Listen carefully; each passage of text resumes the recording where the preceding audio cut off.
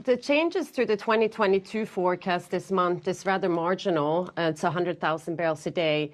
But that small revision, it masks bigger slowdowns in China, where lockdowns are reoccurring. July data was very weak, and we saw August renewed lockdowns and into September.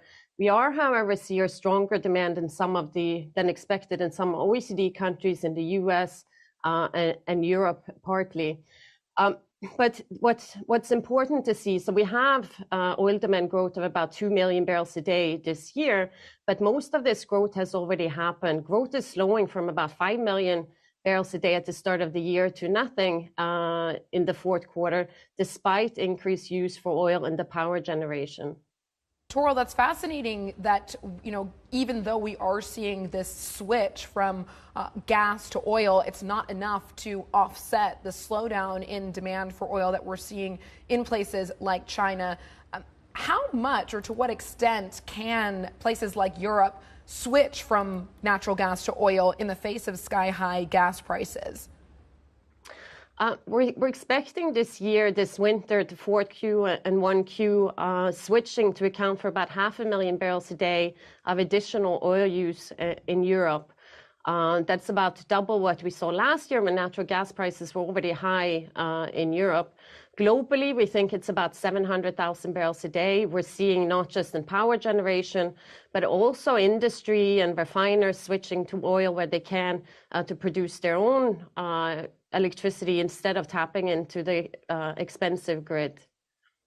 Toril, I want to ask you about Russia. I see that total oil exports actually rose in August by 220,000 barrels a day, which is interesting with everything that's going on.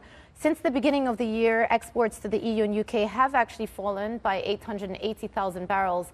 I just wonder how you see this all panning out towards the end of the year, especially once the EU start applying the new sanctions to oil imports that are seaborne.